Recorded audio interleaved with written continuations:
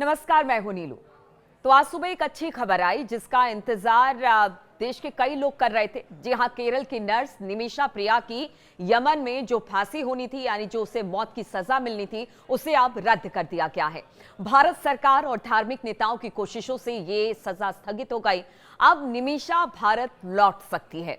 केरल की नर्स निमिषा प्रिया की यमन में मौत की सजा टलने की खबर से उसके परिवार और चाहने वालों को बड़ी राहत मिली है। और इसी माह 16 तारीख को सना की जेल में निमिषा को मौत की सजा दी जानी थी, लेकिन भारत सरकार, धार्मिक नेताओं और सामाजिक कार्यकर्ताओं की कोशिशों से यह सजा स्थगित हो गई। इस बारे में भारतीय ग्रैंड मुफ्ती कांथापुरम एपी अबू बकर मुसलयार के दफ्तर ने कंफर्म किया कि निमिषा की सजा अब जो मौत की थी उसे रद्द कर दिया गया है। इस तरह अब निमिषा के अपने परिवार और बच्चों के पास भारत लौटने का जो रास्ता था वो पूरी तरह से साफ हो गया है।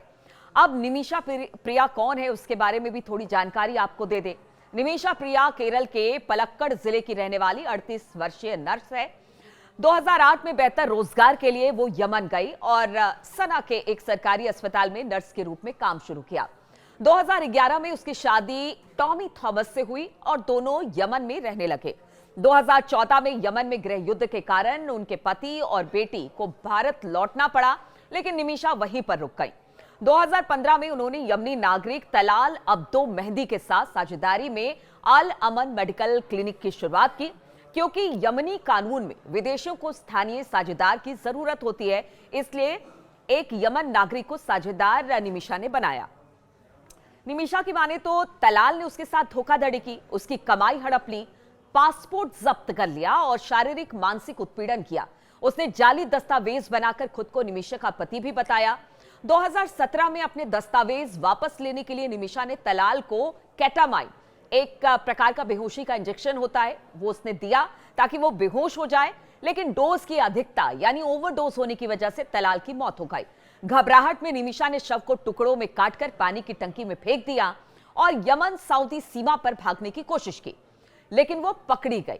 2018 में यमनी अदालत में मुकदमा शुरू हुआ और 2020 में उसे शरिया कानून के तहत किसास यानी प्रतिशोध के आधार पर मौत की सजा सुनाई गई।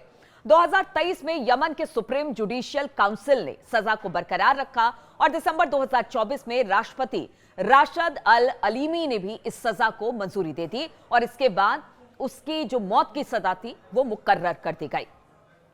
इस पूरे मामले में ब्लड मनी की बात सामने आई। अब ये ब्लड मनी होता क्या है वो बताते हैं। ब्लड मनी को अरबी भाषा में दिया कहा जाता है।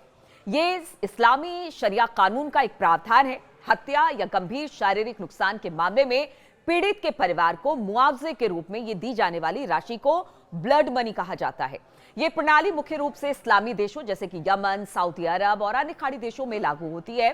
शरिया कानून के तहत हत्या जैसे अपराधों में किसास यानी प्रतिशोध के तहत दोषी को मौत की सजा दी जा सकती है, लेकिन पीड़ित का परिवार दोषी को माफ कर सकता है बशर्ते वो दिया स्वीकार कर ले।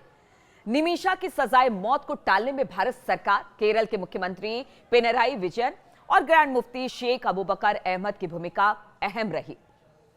शेख अबू बकर ने यमन के सूफी विद्वान शेख उमर बिन हफीज से बातचीत की, जिसके बाद तलाल का परिवार सजा को अस्थायी रूप से टालने पर राजी हो गया। इधर सेव निमिषा प्रिया इंटरनेशनल एक्शन काउंसिल ने ब्लड मनी के लिए करीब 58,000 अमेरिकी डॉलर जुटाए और अगर केरल के व्यवसायी एम यूसुफ अली की बात की जाए तो उन्होंने वित्तीय मदद की पेशकश की। भारत सरकार ने यमन में हूती विद्रोहियों के नियंत्रण और औपचारिक राजनयिक संबंधों की कमी के बावजूद ईरान जैसे देशों के जरिए बातचीत की और देखिए आज ये बातचीत रंग लाई है।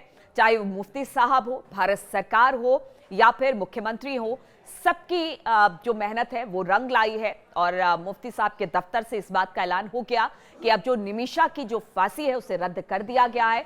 एक बार फिर से निमिषा भारत लौट पाएंगी, अपने पति अपने बच्चे से मिल पाएंगी, जो कि सबसे बड़ी बात है। हमने इससे पहले भी बातचीत की थी, तब लोगों के कमेंट्स ऐसे ही आए थे कि देखिए माफ कर देना चाहिए, जो गलती हो गई उसको माफ करके अब निमिषा को उसकी बेटी के पास भेज देना चाहिए। तो आज अच्छी खबर के साथ कि अब निमिषा की फांसी को रद्द कर दिया गया है और वो एक बार फिर से अपने वतन यानी भारत लौट सकती हैं।